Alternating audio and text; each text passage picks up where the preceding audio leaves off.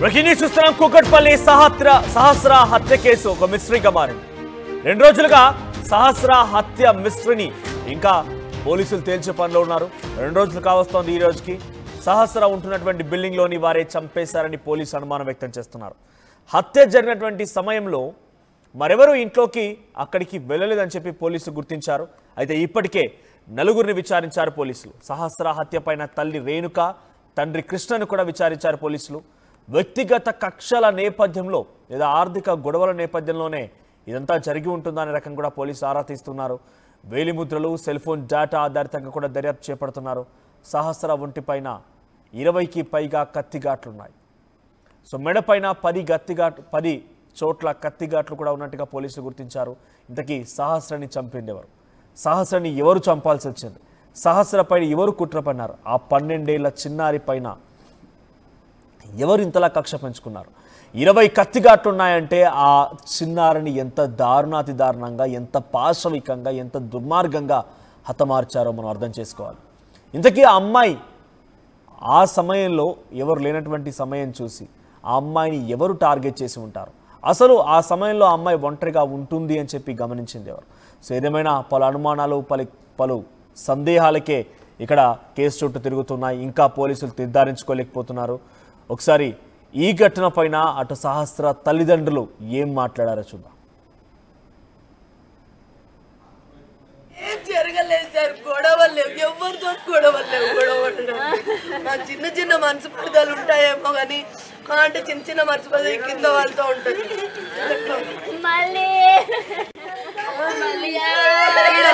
అంతే, ఎవరితో గొడవ ఏముండదు. సార్ 2000 కరోనా వచ్చిపోయినాక 2021లో 2022లో వచ్చినాం. 3 years 4 years అవుతుందా? 5 years. మీరు ఎప్పుడు తెలిసింది? 9 o'clock బాబు అసలు ఆమెకు స్కూల్ లేదు. స్కూల్ కేంద్ర విద్యాలయ బేగంపేటలో చదువుతారు.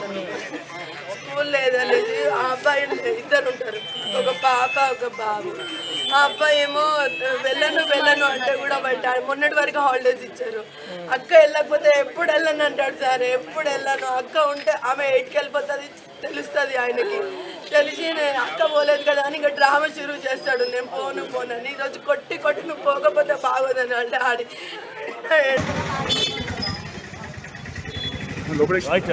సో ప్రస్తుతానికి ఇది ఆ తల్లిదండ్రులు చెప్తోంది. మాకెవరితో విభేదాలు లేవు, ఎవరితో గొడవలు కూడా లేవు, కానీ మా కూతురు ఇలా చనిపోయిందో తెలియడం లేదు. ఇది ఆ తల్లి ఆవేదన, ఆ తల్లి యొక్క ఆందోళన.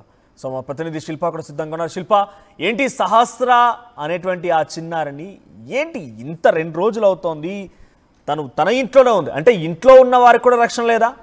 ఇంట్లో ఉన్న వారిని కూడా సేఫ్గా ఉండలేరా? సో తన ఇంట్లో తానున్నటువంటి సమయంలో ఎవరు వచ్చారు, ఎవరు హతమార్చే ప్రయత్నం చేశారు? 20 కత్తిఘాట్లు ఆ చిన్నారిపై ఉన్నాయంటే ఇంత పాశవికంగా, ఇంత దుర్మార్గంగా ఆ చిన్నారిని చంపాలని ఆలోచించింది ఎవరు? సో ఇంట్లో ఉన్న అమ్మాయి కూడా రక్షణ లేకుండా పోయిందా? ఈ సమయంలో పోలీసులు ఏం చెప్తున్నారు? కూకట్పల్లి చిన్నారి సహస్ర కేసులో ఇంకా మిస్టరీ కొనసాగుతూనే ఉన్నది. దాదాపు 48 గంటలు గడుస్తున్నా మిస్టరీ మాత్రం వీడలేదు. ఇప్పటికే అక్కడ సహస్ర నివసిస్తున్నటువంటి బిల్డింగ్ కి ఒకవైపు పోలీసులు కావచ్చు, క్లూస్ టీమ్స్ చేరుకొని అక్కడ ఆధారాలు సేకరించారు. కానీ హత్య ఎవరు చేశారన్నది మాత్రం ప్రస్తుతానికి నిర్ధారణకు రాలేదు. కేవలం అనుమానిస్తులను మాత్రం ఒకవైపు అదుపులోకి తీసుకొని ప్రస్తుతం వాళ్ళని విచారిస్తున్నారు. ప్రధానంగా సహస్ర నిర్మిస్తున్నటువంటి బిల్డింగ్ అనేది D+2 బిల్డింగ్. అక్కడే ఆన్లైన్ ఆర్డర్స్ ఏవైతే వస్తాయో వాటిని అలా ఆ బాయ్స్ కూడా ఆన్లైన్ బాయ్స్ ఎవరైతే ఉంటారో ఆర్డర్ చేసేటువంటి బాయ్స్ సైతం పైకి అలో చేయరు. అక్కడ ఉన్నటువంటి ఓనర్ చాలా స్ట్రిక్ట్ గా ఉంటారు. కానీ మొన్న ఆ సమయంలో తను ఊరికి వెళ్ళారు, ఓనరు అక్కడ లేరు, ఇంటి దగ్గర లేరు, ఊరికి వెళ్ళడం చూశారు. సో ఖచ్చితంగా తెలిసిన వాళ్ళు చేసి ఉంటారంటూ కూడా ఒకవైపు పోలీసులు మాత్రం నిర్ధారణకు వచ్చారు. ఆ బిల్డింగ్ లో సీసీ కెమెరా అనేది లేదు. పక్కన దాదాపు ఒక 50 అడుగుల దూరంలో ఒక బిల్డింగ్ ఉంది. ఆ బిల్డింగ్ లో సీసీ కెమెరా ఉన్నది. ఆ సీసీ కెమెరాను పోలీసులు స్వాధీనం చేసుకొని పరిశీలించాక బయటి వాళ్ళు ఎవరు కూడా ఇంట్లోకి రాలేదంటూ కూడా నిర్ధారణకు వచ్చారు. ఖచ్చితంగా ఆ బిల్డింగ్ లో ఉన్న వాళ్ళు ఎవరో ఒకరు చేసి ఉంటారంటూ కూడా పోలీసులు ఈ యాంగిల్ ఆధారంగా ప్రస్తుతం అయితే ఇన్వెస్టిగేట్ చేస్తున్నారు. ఒకవైపు అదే బిల్డింగ్ లో 2nd ఫ్లోర్ లో వరుసకు చెందినటువంటి సంజీవ్ రావు అనే వ్యక్తి నివసిస్తుంటారు. సంజీవ్ రావు వ్యక్తికి గతంలో తన భార్యకి చేతబడి చేసినట్లు కూడా పోలీసులు గుర్తించారు. తను చేతబడి చేశారు. ఒకవైపు ఈ తాంత్రికులు ఇతరులను కూడా తను నమ్ముతాడు. దైవభక్తి కూడా తనకు ఎక్కువ అని కూడా తెలుసు. సో ఈ క్రమంలో బాలికను అదే విధంగా ఆ కోణంలో ఏమైనా హత్య చేసి ఉంటారు. ఎందుకంటే ఒకవైపు గొంతు పైన దాదాపు 10 కత్తిపోట్లు ఉంటాయి. ఇంకోవైపు కడుపు పైన దాదాపు 10. ఖచ్చితంగా ఆ యాంగిల్ ఏమైనా ఉంటుంది. మొదట ఏమైనా లైంగికంగా వేధింపు చేసి అనంతరం హత్య చేశారని పోలీసులు ఇన్వెస్టిగేట్ చేశారు. కానీ తర్వాత తన పైన ఏదైతే పోస్ట్ మార్టం రిపోర్ట్ లో తన పైన ఎలాంటి రేప్ అటెంప్ట్ కూడా ఎలాంటి జరగలేదని నిర్ధారణకు వచ్చిన అనంతరం ఏదైనా చేతబడి కోసం ఇదంతా చేశారంటూ కూడా ప్రస్తుతం అయితే పోలీసులు ఇన్వెస్టిగేట్ చేస్తున్నారు. అదే కాకుండా తన తల్లిదండ్రుల బ్యాక్గ్రౌండ్ ఏంటి, ఏమైనా పాత కక్షలు ఏమైనా ఉన్నాయా, పాత కక్షలు కావచ్చు, ఆర్థిక లావాదేవీల కారణంగా తన బిడ్డను హత్య చేసి ఉంటారంటూ కూడా ప్రస్తుతం అయితే వాళ్ళ తండ్రిని అదేవిధంగా వాళ్ళ తల్లిని కూడా విచారిస్తుంది. కానీ వాళ్ళ తల్లి మాత్రం మాట్లాడుతూ మేము చాలా మధ్యతరగతి కుటుంబం, చిన్న ప్రైవేట్ జాబులు చేసుకుంటూ మేము ఇక్కడ నివసిస్తున్నాం, మాకు ఎలాంటి గొడవలు లేవు, మాకు ఎవరితో విభేదాలు లేవు అంటూ కూడా తను చెప్పుకుంటూ వస్తుంది.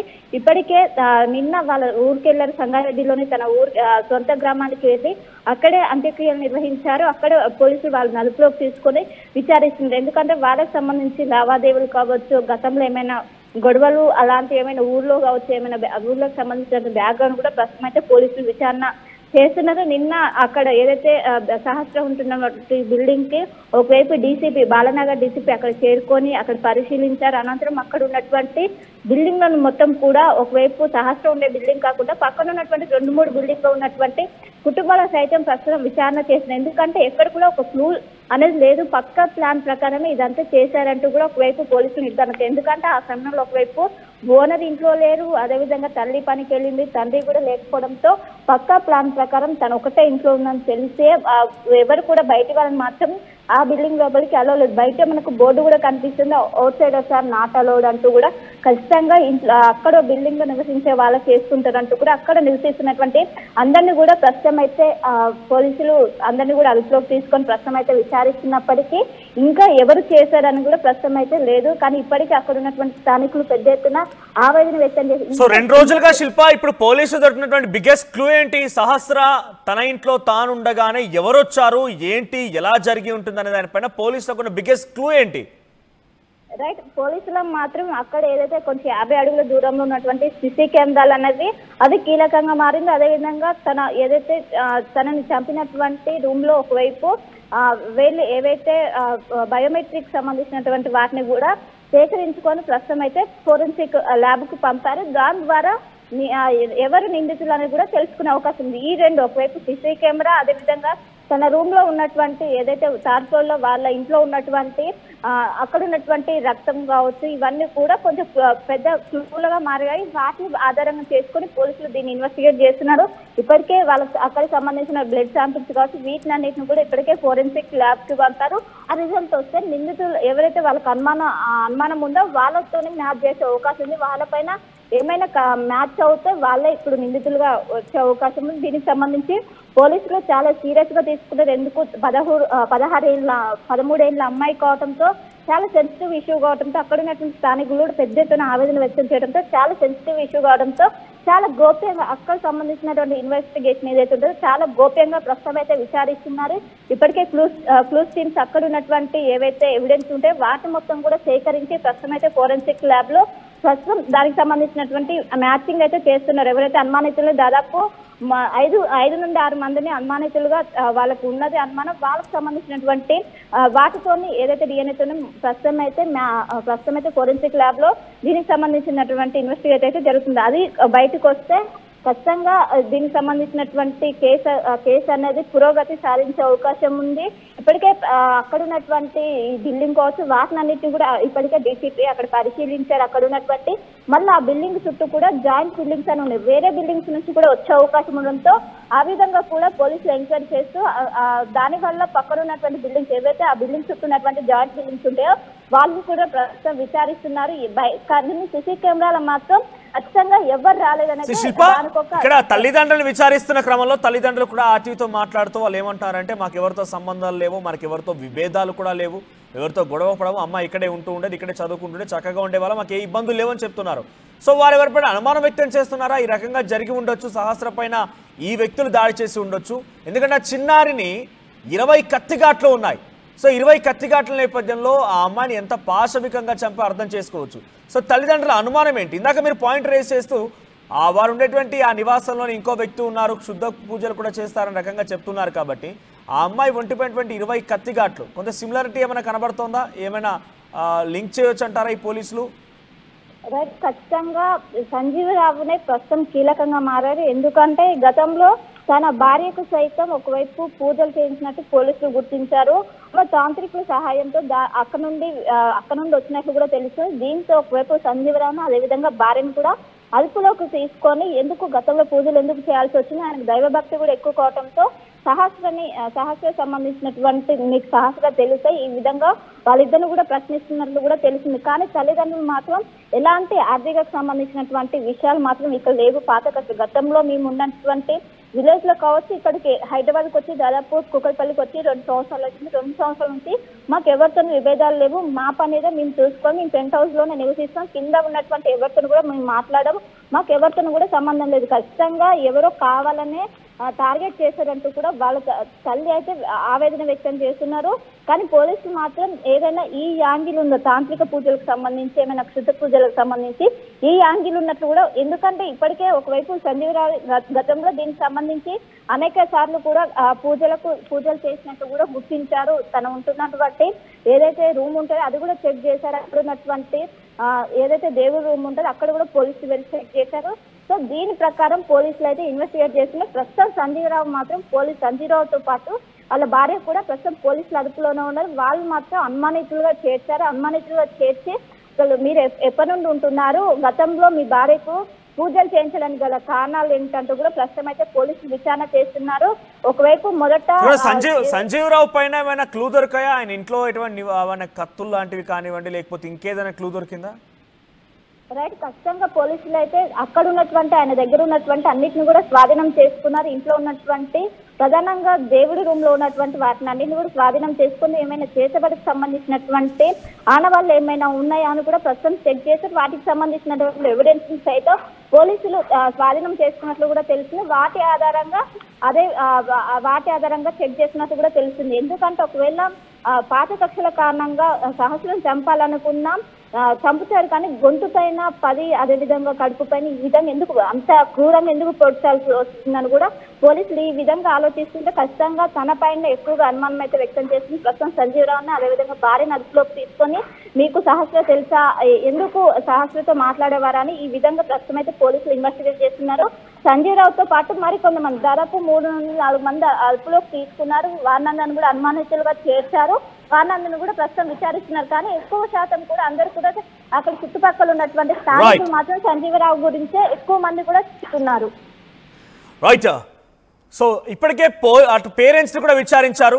పేరెంట్స్ కూడా పోలీసులు అనుమానిస్తూ పేరెంట్స్ కూడా విచారిస్తే తాము ఇక్కడికి వచ్చి చాలా రోజులు అవుతుందని, తమకు ఎటువంటి విభేదాలు లేవని, తమకు వేరే వారితో సంబంధాలు లేవని, చాలా చక్కగా ఉంటున్నామని, మంచి పీస్ఫుల్ లైఫ్ లీడ్ చేస్తున్నామని చెప్పుకొచ్చారు. ఆ తర్వాత అదే నివాసంలో అదే ఇంట్లో ఉన్నటువంటి మరో వ్యక్తిపై అనుమానం వ్యక్తమవుతోంది. సంజీవరావు ఆయన గతంలో తన భార్య పైన ఏకంగా క్షుద్ర పూజలు చేయించాడట. ఇప్పుడు ఆయన ఇక్కడ బిగ్గెస్ట్ సస్పెక్ట్గా మారిపోయాడు. సో ఆయనే ఇక్కడ ఆ అమ్మాయి ఒంటిపైన 20 కత్తిఘాట్లు కూడా ఉన్నాయి. సో 20 కత్తిఘాట్లు ఆయన క్షుద్ర పూజలు చేసేటువంటి ఒక అనుమానం కూడా ఉంది. కాబట్టి ఆయన తన భార్య పైన క్షుద్ర పూజలు చేశాడని చెప్తున్నారు. కాబట్టి ఇక్కడ ఏదో సిమిలారిటీ కనబడుతోంది. అయితే క్షుద్ర పూజల నేపథ్యంలోనే సహస్రాన్ని హతమార్చారా? క్షుద్ర పూజల కోసమే సహస్రాన్ని చంపేశారా? ఇప్పుడు ఇదే బిగ్గెస్ట్ సస్పెన్స్, ఒక సస్పెక్షన్ గా ఉంది. చూద్దాం మరి ఏం జరుగుతుందో, పోలీసులు ఏ రకంగా తెలుస్తారనేది. ఒకసారి పోలీసులు ఆర్టీవీతో కూడా మాట్లాడుకొచ్చారు. వారు ఏ రకంగా కేసును ఛేదించబోతున్నామని చెప్పుకొచ్చారు, వారు ఏం మాట్లాడారో చూద్దాం. మధ్యాహ్నం 1:10 మా కుకట్పల్లి పోలీస్ స్టేషన్కి ఒక డైల్ 100 సమాచారం వచ్చింది. దాని ప్రకారం ఒక 10 సంవత్సరాల పాప ఇంట్లో చనిపోయి కనిపించిందని ఆ సమాచారం వచ్చి చూడగా ఆ పాప 10 years age and 6th class చదువుతా ఉంది. సో వాళ్ళ ఇంట్లోనే మంచం మీద పడి ఉంది. ఒంటిపై కత్తిపోట్లు ఉన్నాయి. ఇప్పుడు ఆ బాడీ చూసాము. తల్లిదండ్రులు చెప్పే విషయం ఏంటంటే వాళ్ళు 9 o'clock ఇద్దరు కూడా జాబ్స్కి వెళ్ళిపోయినారు. వాళ్ళు మళ్ళీ తండ్రి 12:30 అట్లా బాబుకి బాబుకి పంపాలని చూడగా పాప శవం బెడ్ మీద కనిపిస్తుందని చెప్తాను. బాడీని ఇప్పుడు పిఎంఈకి పంపిస్తూ ఉన్నాం. ఇప్పుడు స్టీమ్ అండ్ మిగతా వాళ్ళు కూడా వాళ్ళు చేస్తున్నారు. పోస్ట్ మార్టం రిపోర్ట్ వచ్చాక మిగతా విషయాలు తల్లిదండ్రుల చెప్పేదాని ప్రకారం వాళ్ళు ఎవరి మీద అయితే ఇప్పుడు వరకు అనుమానం వ్యక్తం చేయలేదు. స్పెసిఫిక్ గా ఎవరి మీద కూడా తల్లిదండ్రులు అయితే అనుమానం వ్యక్తం చేయలేదు. ఇంకా తెలియదు. కేంద్రీయ విద్యాలయం 6th class హాలిడేస్ ఇక్కడ వాళ్ళు వచ్చి ఇక్కడికి 2 years అయినా. ఒకసారి స్థానికులు కూడా మాట్లాడుకొచ్చారు. స్థానికుల అభిప్రాయం ఎలా ఉంది? ఆ అమ్మాయిని హతమార్చింది ఎవరు అనే అనుమానాన్ని స్థానికులు వ్యక్తపరుస్తున్నారు. స్థానికుల మాటల్లో విందాం. బ్రదర్, ఏదైతే సంఘటన జరిగిందో దానికి నియర్ బై మీ ఇల్లు అని చెప్పారు. సో మీకేమైనా